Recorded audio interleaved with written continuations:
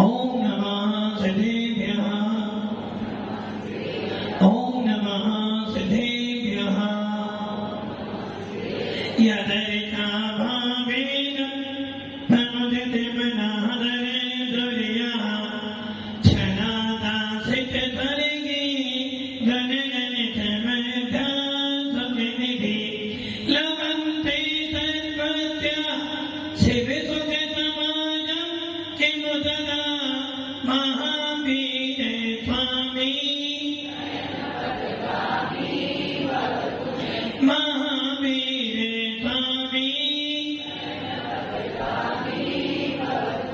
महावीरे स्वामी नयन बदनामी भवतु मे गुरुमहापात्रनित्यं ज्ञान दर्शन नायिका चारित्राणां गंभीरा मोक्ष मार्गोपदेशका पंच प्रकृति भगवान की एक रघुनाथ भगवान की अंतिम सतपति भगवान महावीर स्वामी की आचार्य श्री कुंद भगवंत की आचार्य श्री विमल शंकर जी महाराज की आचार्य गुरुदेव सरस्वती शंकर जी महाराज की ठीक कामिलों करोड़ मणि राजों की द्वादशांजन मणि माता की बोले वात्सल्य मूर्ति देवी तपस्वी आजाद कवि राष्ट्र आचार्य 108 की सुंदर श्रावणी गुरुदेव की गुरुदेव की गुरुदेव की मोक्ष मार्ग से नेतारं भेतारं दलभूवतां जातारं विततत्वानां वन्दे तद्गुणालब्धे वन्दे तद्गुणालब्धे आचार्य श्री उमा स्वामी भगवंत की भव्य आत्मा जिन शासन जितना विशाल है उतनी ही विशाल बातें करता है। जिनेन्द्र देव का एक एक शब्द भगवान महावीर का एक एक शब्द पूर्णता सत्य है। जिनेन्द्र देव के शासन में कभी भी किसी को गलत मार्ग नहीं दिखाया जाता है, यथार्थ वस्तु का बोध करवाया जाता है। और यही कारण है कि हमारे मोक्ष भेद की नींव यदि कोई है तो वो है सम्यक दर्शन। जब तक सम्यक दर्शन है हमारा मोक्ष मार्ग टिका हुआ है। और जिन दिन सम्यक दर्शन टूट जाएगा, जिन दिन आपकी श्रद्धा यथार्थ हो जाएगी, उसी दिन आपका मोक्ष रूपी महल बिखर जाएगा। इसलिए आचार्य उमा स्वामी जी ने तत्वान सूत्र के दूसरे अध्याय के तीसरे सूत्र में औपसमी सम्यक औपसमी भाव की चर्चा की थी। और ये औपसमी भाव कौन करा कर सकता है? एक इंद्री, दो इंद्री, तीन इंद्री, चतुर इंद्री, इनकी पात्रता नहीं है कि ये सम्यक दर्शन प्राप्त कर सके। आप एक इंद्री को 5 इंद्री हो, इतना भेजा नहीं कि आप 5 इंद्री हो। अब आप ये विचार कर लो, जब आप एक इंद्री में गए, 2 इंद्री में गए, 3 इंद्री में गए, चतुर इंद्री में गए, भवरा बन गए, चींटी बन गए, पेड़ पौधे बन गए, जल बन गए, अग्नि बन गए, किंतु आपको क्या नहीं हुआ? मंदिर गए, एक इंद्रिय मंदिर गया, जिस जल से अभिषेक करते वो कौन था? जिस दीपक को जलाते वो कौन था? जब मंदिर में जाते हो मच्छर काटता है ना, तो मच्छर कहां बैठा होगा? मच्छर कहां बैठा मंदिर के अंदर? किंतु उस मच्छर को क्या सम्यक दर्शन हो सकता है? नहीं हो सकता, क्योंकि तो उसके बाद में अभी 4 ही इंद्रिय, अभी तो इंद्रिय पूरी नहीं थी। सम्यक दर्शन की पात्रता योग्यता मात्र किसमें है? पंच इंद्रिय जीव में। यदि कोई आपसे पूछे, जैन शासन कहता है जीवों को सम्यक दर्शन की प्राप्ति होती है, तो 1 इंद्रिय, 2 इंद्रिय, 3 इंद्रिय, चतुर इंद्रिय जीव नहीं है? जीव तो है ना, तो इनको सम्यक दर्शन प्राप्त क्यों नहीं हुआ? तो आचार्य कहते हैं सम्यक दर्शन होना पड़ेगा। पांचों इंद्रिय की पात्रता तेरे अंदर होनी चाहिए। पांचों इंद्रिय तेरे शरीर में होगी तो हो सकता है तुझे सम्य दर्शन प्राप्त हो। अब मान लो पांचों इंद्रियां भी हैं, स्पर्शन भी है, रचना भी है, ग्रहण भी है, चक्षु भी, करण भी है, किंतु मन नहीं हो तो मन नहीं हो तो पवन जी मन क्या करता है? पवन जी मन है, आपके पास मन है, मन क्या करता है? घुमाता है, घुमाता है ना। आपने ये सुना कि मोहिनी घुमाता है और आपको मन घुमाता है। अरे भैया, मन वो काम करता है जो पांचों इंद्रिय नहीं कर सकती। मन का काम है हित और हित का विवेक करना। क्या खाने योग्य है और क्या खाने योग्य नहीं है, क्या करने योग्य है और क्या करने योग्य नहीं, ये सारा विचार कौन करता है? कौन? मन। किसका मन? मेरा मन। अब मेरे तो मन करेगा ना, तुम्हारे मन से मेरा क्या जाने वाला? तुम्हारे मन के अच्छे होने से मेरा मन अच्छा होने वाला, और मेरे मन के खराब होने से तुम्हारा मन खराब होने वाला हो सकता है क्या? यदि मेरा मन खराब हो आप अच्छे हो सकते हो क्या?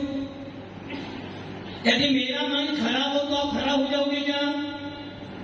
और आपका मन खराब हो तो मेरा मन। मेरे मन का काम क्या है?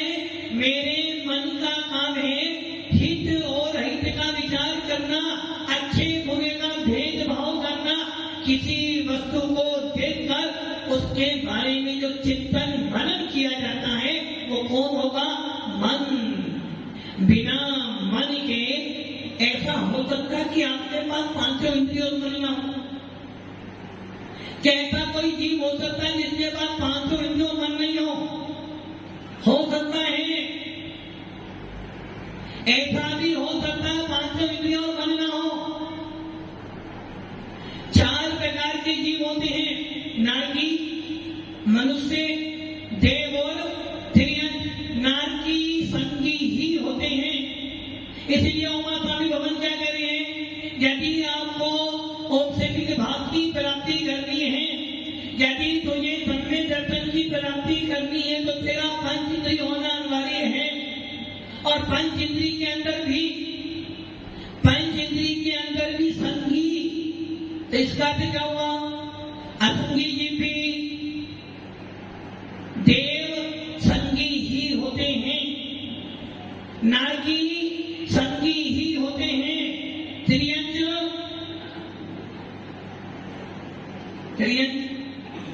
दोनों। तिर्यकों में एक इंद्री, दो इंद्री, तीन इंद्री, चतुर्विंश मन नहीं है, इंद्रियां भी पूरी नहीं है, वो तो असंगी ही है। किंतु तिर्यकों में जो पंच इंद्री होते हैं वो संगी भी होते हैं और असंगी भी। इसका अर्थ क्या हो गया? एक इंद्री से लेकर चार इंद्री तक के जीव तो असंगी ही है, मन है ही नहीं। और पंच इंद्री में दो प्रकार के जीव है, संगी भी और असंगी भी है, मन वाले भी और मन से रहित भी है। इसलिए जब भी सम्यक दर्शन प्राप्त होगा, किसको होगा? जिसके पास में मन होगा। अब आते हैं मनुष्यों की बात। मनुष्य कैसे होते?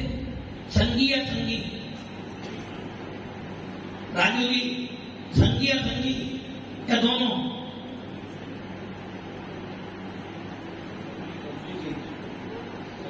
संगी ही होते हैं, मन वाले ही होते हैं।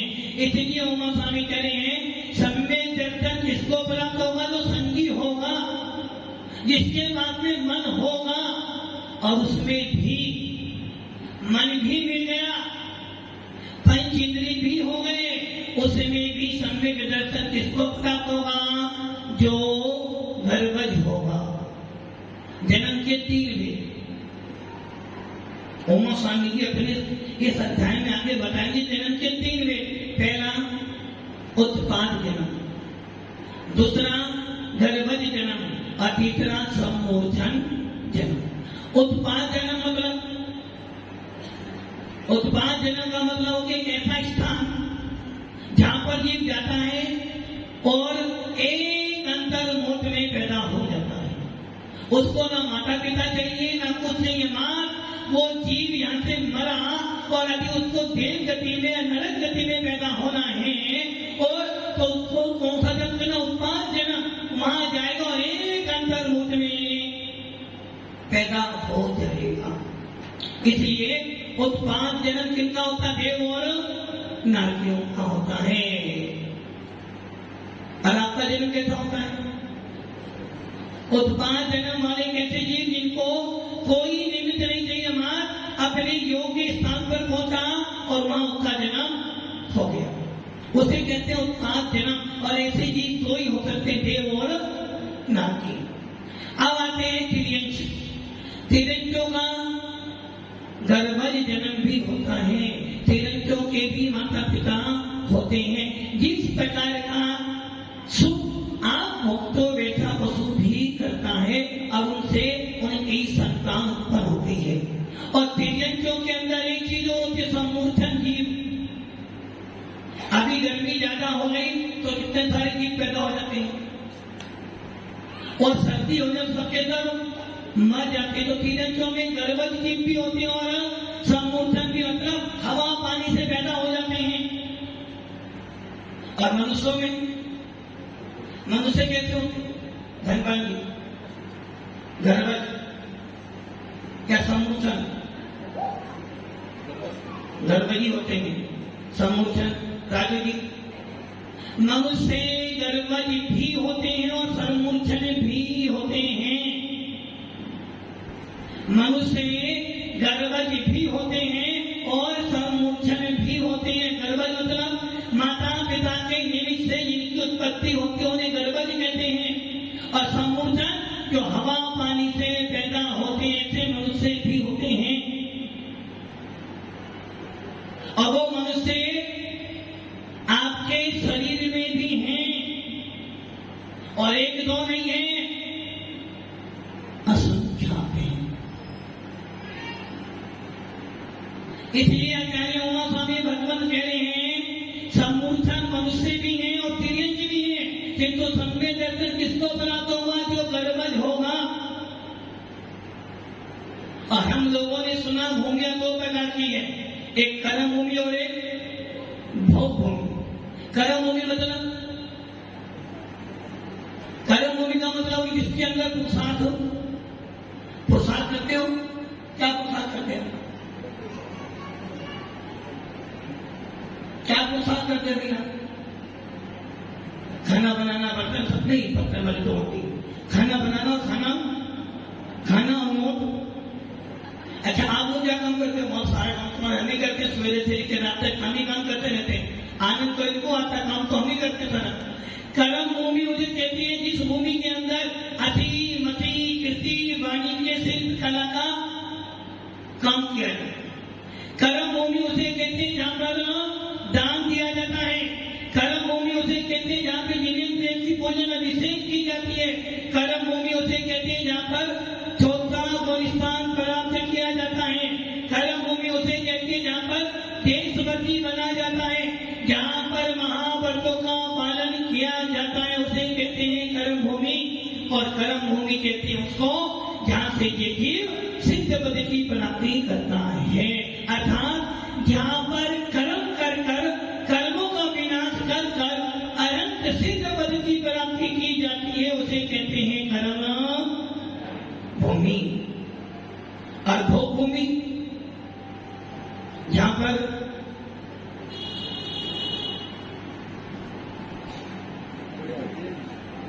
नहीं है काम, बहुत सारा काम। भोग भूमि में ना दुकान जाना है और ना खाना तो है बनाना, ना बाजार में जाना है, ना कोई सामान खरीदकर, ना तिजोरी रखनी है। घरों में गेट भी। भोग भूमि का अर्थ है भोगना। क्या भोगना? जो तुमने पुण्य किया उसको भोगना, जो तुमने पाप किया उसे भोगना। इसलिए भोग भूमि का अर्थ है कोई काम नहीं करना, बस एक काम करना, पांचों इंद्रियों का अच्छी तरह से सेवन। पवन जी बढ़िया है, पवन जी बढ़िया है, वकील साहब बढ़िया है ना? वहां पे कोई हाई कोर्ट, कोई वकील, कोई जज नहीं है, हम ही वकील और हम ही जज हैं।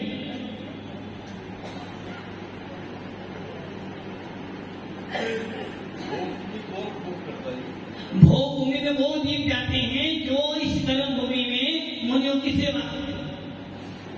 तो आपका विचार जाने का है, भोग भूमि में कौन जाएगा? कर्म भूमि के मनुष्य और तिर्यंशी भोग भूमि में जाते हैं। देव और नारकी कभी भोग भूमि में नहीं जा सकते, क्योंकि सिद्धांत कहता है देव जब भी मरेगा, देव अपनी आयु पूरी कर कर जब भी मरेगा तो वो कहां जाएगा? कर्म भूमि में जाएगा। वहां पंच इंद्री भी बन सकता है और एक इंद्री भी बन सकता है, मनुष्य भी बन सकता है, तिर्यंश भी बन सकता है, किंतु भोग भूमि नहीं जाएगा। नारकी जितने नरकों की वेदना सहन की है, दुख सहन किए हैं, वो कभी भोग भूमि नहीं जाएगा। वो कहां जाएगा? मतलब कर्म भूमि में आएगा। एक इंद्री नहीं, पंच इंद्री ही बनेगा, पशु अथवा मनुष्य बनेगा। किंतु भोग भूमि में कौन जाएगा? जो इस कर्म भूमि में मुनियों को दान देता है, जिन्हें देव की पूजन अभिषेक करता है, साधु संतों के प्रति समर्पित रहता है, ऐसा कि मरकर भले मनुष्य हो या तिर्यन, मरकर भोग भूमि जाता है। जाना है ना? आप कर्म भूमि के अलावा और कोई नहीं जा सकता वहां पर। और ऐसी भोग भूमि जहां पर कोई काम नहीं, मात्र एक काम है, पांचों इंद्रियों का आनंद लो। दुकान जाना नहीं, फिर भी तिजोरी भरी हुई है। और सबसे बड़ी विशेषता इस कर्म भूमि में तो बाले पने में जान न लयो, तरुण समय तरुणी रते रहो, अर्ध में करते समय पूरा बिना कैसे रूप लखो। यहाँ तो बचपन भी आता है और जवानी भी, पवन जी जवानी भी, और बुढ़ापा तो आना ही है। जवानी भी आती है तो बचपन भी आता है और बुढ़ापा भी, अर्थात बचपन भी आता है और बचपन भी आता है, किंतु भोग भूमि में ना बुढ़ापा आता है और ना बचपन आता है। मात्र 25 साल की उम्र में था यौवन अवस्था वहां बनी रहती हमेशा। और वहां की आयु कितनी है? पल्लों में 3 पल्ले की हो, 2 पल्ले, 1 पल्ले, असंख्यात वर्षों की आयु, और कभी बुढ़ापा आने वाला नहीं, मात्र यौवन अवस्था। अच्छी है ना? और मजी का धीरे धीरे मन करता है। वकील साहब जाना है ना? और देखो विशेषता क्या है वहां पर। यहाँ तो तुमको क्या करना पड़ता है? बच्चों का, पहले बच्चों को उत्पन्न करो, अपनी बड़ी मेहनत से। महाराज जी हमारा क्या है, बच्चे पढ़ लिख जाएंगे तो डॉक्टर बन जाएंगे तो तुम्हें क्या मिल जाएगा? मेरा बेटा मेरा गया। और मान लो सीए बन जाए तब तो यहाँ पर बच्चों को धनपाल जी, बच्चों के लिए सारे हाईवे तो साफ कर दिया बच्चों के लिए, अकेले नहीं बच्चों के लिए। धीरे जी सही है ना?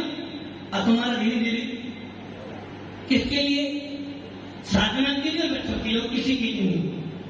किंतु उस भोग भूमि के अंदर बच्चों का कोई भी पालन पोषण नहीं करना पड़ता है, अपने आप है ना अच्छी बात। वहां यहाँ तो चिंता है शादी कौन कराएगा, वहां तो ये टेंशन भी नहीं है, जो कि वहां की व्यवस्था इतनी बढ़िया व्यवस्था है कि जो दंपति होता है वहां पर कहते पुरुष को कहते आर्य। आप लोगों ने देखे ना महाभारत, थे आर्य पुरुष बोलते थे ना, और थे आर्या। वहां पर पुरुष को आर्य और स्त्री को आर्या बोला जाता है। और जो संतान होती है ना, एक नहीं 2 होती। जैसे यहाँ पे जुड़वा बच्चे पैदा होते हैं ना, वहां भी 2 होते, किंतु यहाँ हमें बहुत अंतर है। यहाँ पर यदि होंगे तो 2 लड़के भी हो सकते हैं और 1 लड़का लड़की भी, किंतु वहां पर क्या होगा? दो संतान एक साथ पैदा होंगे, एक लड़का और एक लड़की, और आपको लड़कों लड़कियों के लिए कोई लड़का लड़की दिखा नहीं मिलेगा। जैसी वो पैदा हुए, युवान अवस्था हुई और कुछ समय के बाद दोनों ही विवाह कर लेते। तो टेंशन ये भी नहीं कि कौन सा बार मिलेगा, अच्छी है ना भोगभूमि। और देखो वहां पे 10 प्रकार के कल्प वृक्ष होते हैं, और उनके बाद जाओ 2 किलो सोना चाहिए, 2 किलो सोना मिलेगा। मेरे को आज दाल बाटी ही खानी तो दाल बाटी मिलेगी, वो भी कौन सी, घी वाली। मुझे आज मालपुआ खाना तो मालपुआ मिलेगा, कितना जितना खा सकते उतना मिलेगा। मुझे बहुत बड़ा महल चाहिए तो बहुत बड़ा महल मिलेगा, घूमने के लिए गाड़ी मिलेगी और लड़ने के लिए हथियार भी मिलेगा। आप बताओ, और पहनने के लिए अच्छे से अच्छे आभूषण भी मिलेंगे, वस्त्र मिलेंगे, और काम कुछ नहीं करना, बस एक ही काम करना है, जीवन भर भोगना है। और सबसे बड़ी विशेषता, वहां कोई डॉक्टर वैद्य नहीं होता। यहां तो ज्यादा खाओगे तो राधे जी देख के बाद जाना पड़ेगा, और दांत टूट जाए तो दांतों के डॉक्टर के पास भी, किंतु वहां पर डॉक्टर ही नहीं है, कोई वैद्य ही नहीं है। और कोई अपराध कर भी लेना, कोई वकील तुम्हारा केस लड़ने के लिए तैयार है, क्योंकि यहाँ पे कोई हाई कोर्ट सुप्रीम कोर्ट कोई नहीं है। आप बताओ, अच्छी भूमि है। और सबसे बड़ी विशेषता है, वैद्य डॉक्टर क्यों नहीं, क्योंकि वहां पर कभी किसी को रोग वहां पर कभी बुखार तक भी नहीं आता है। घुटनों में दर्द होता नहीं तो ऊपर बैठना पड़ता नहीं, चश्मा लगता नहीं तो दुकानें होती नहीं, और काले बात करने की जरूरत मनोहर जी नहीं होती है।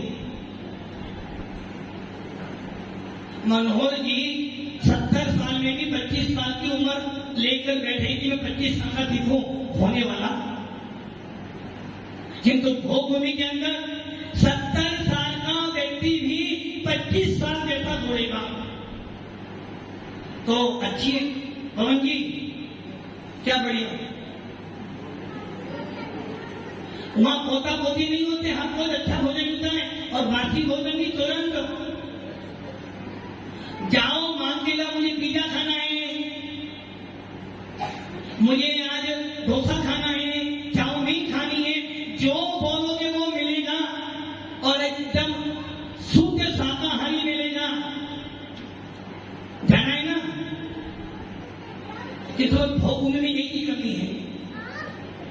भोगभूमि में एक कमी है, वो सारी मतलब वहां पर दिगंबर साधु नहीं मिलेगा, वहां पर आप दान नहीं दे सकते, और वहां पर आप कभी किसी जिनेंद्र देव का पूजन अभिषेक नहीं कर सकते। यहाँ तक कि आप वहां जाकर रात्रि भोजन का त्याग भी नहीं कर सकते, वहां जाकर आप देशपति महावती नहीं बन सकते, वहां से मोक्ष क्या बेकार है, सारा तो बढ़िया ही बढ़िया, यहाँ भी वही काम कर रहे हैं। और सबसे मेन व्यवस्था, यहाँ बच्चों को देख कर, बच्चा कहाँ रहता है यूएस, बच्चा कहाँ रहता है दुबई, और एक फोन करता है तो उसने कहा चलो जान में जाना है। किंतु भोगभूमि में क्या होता पता है, दंपति जैसे ही उनके यहाँ संतान उत्पन्न होती है, कितनी होती है, 2। जैसे ही संतान उत्पन्न हुई, माता पिता दोनों के दोनों मर गए। पिता को छींक आ जाती है और स्त्री को जमाई आती है, और दोनों के दोनों मर जाते हैं। और वो बच्चे जब बड़े हो, पहले बड़े थे, जैसे ही समझदार हुए दोनों विवाह कर लेते, मतलब कि भाई बहनी उन्हें बताएंगे, कौन बतलाए, इसलिए जीवन अच्छा है, जीवन अच्छा है ना भोगभूमि का। जिन को जाना हो, अब क्या काम करना, बस 2 काम, या तो साधु के पीछे लग जाओ, साधु की सेवा करोगे तो भोगभूमि मिल जाएगी, नंबर 2, ये अपना सम्यक दर्शन छोड़ दो तो मिथ्या सहित भी आप वहां जा सकते हो। मिथ्या दृष्टि भी मुनि की सेवा कर उस भोग भूमि में जा सकता है। और यदि आपको सम्यक दर्शन प्राप्त हो गया, यदि आपका मिथ्या सहित होगा तो कहां पैदा हो जाओगे? यदि मिथ्या सहित मुनियों की सेवा करी है, गिरवानी पड़ी है, तो कहां जाओगे? भोग भूमि में फल मिलेगा। क्योंकि मिथ्या दृष्टि जीव को उस पुण्य के प्रभाव से मनुष्य आयु का बंद हो गया, भोग मिल जाएगा। किंतु यदि आपने सम्यक दर्शन प्राप्त कर लिया तो आपको ये भूमि मिलने वाली। कहां जाओगे? सीधा देव गति में। और देव गति में आपको क्या मिलेगा पता है? कम से कम नीच से नीच देव, छोटे से छोटे देव को भी 32 को रानी, 32 देवी तो मिलेंगी मिलेंगी, छोटे से छोटे देव को। पवन जी यहां तो और मां तो मतलब देव गति में जाना है या भोग भूमि में जाना है? चेहरे पे पूरा कमल खिल गया एकदम। नहीं, यहाँ क्या, यहाँ पे घुटने बदलने पड़ते हैं, चश्मा बदलना पड़ता है, बाल खड़े करने पड़ते हैं और बार बार उदय को भरना पड़ता है। धनपाल जी वहां पर देखो उसका एकदम प्योर अवस्था। ये ध्यान रख लेना, सम्यक दर्शन नहीं है तो तुम्हारा जीवन शून्य है। और भोग भूमि के अंदर वो जीव जाएगा जो मिथ्या होगा, मिथ्या दृष्टि जीव जैन साधुओं की सेवा कर जिन शासन की सेवा करते करते यदि आयु बंद करने जाता है तो वो भोग भूमि में मनुष्य अथवा तिर्यज बन सकता है। और यदि आपने सम्यक दर्शन प्राप्त कर लिया तो निश्चित है आपको देव गति में जाना पड़ेगा। इसलिए आपने ठान ली हमें गुलिस्तान को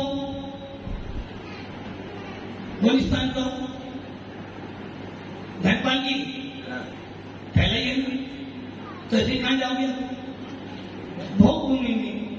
और वहां पे तो सारे काम तो करना ही है, फिर डॉक्टर पुण्य की भी मिलने वाले। आत्माओं, सम्यक दर्शन की प्राप्ति करने के लिए आपको संगी बना प्राप्त करना पड़ेगा।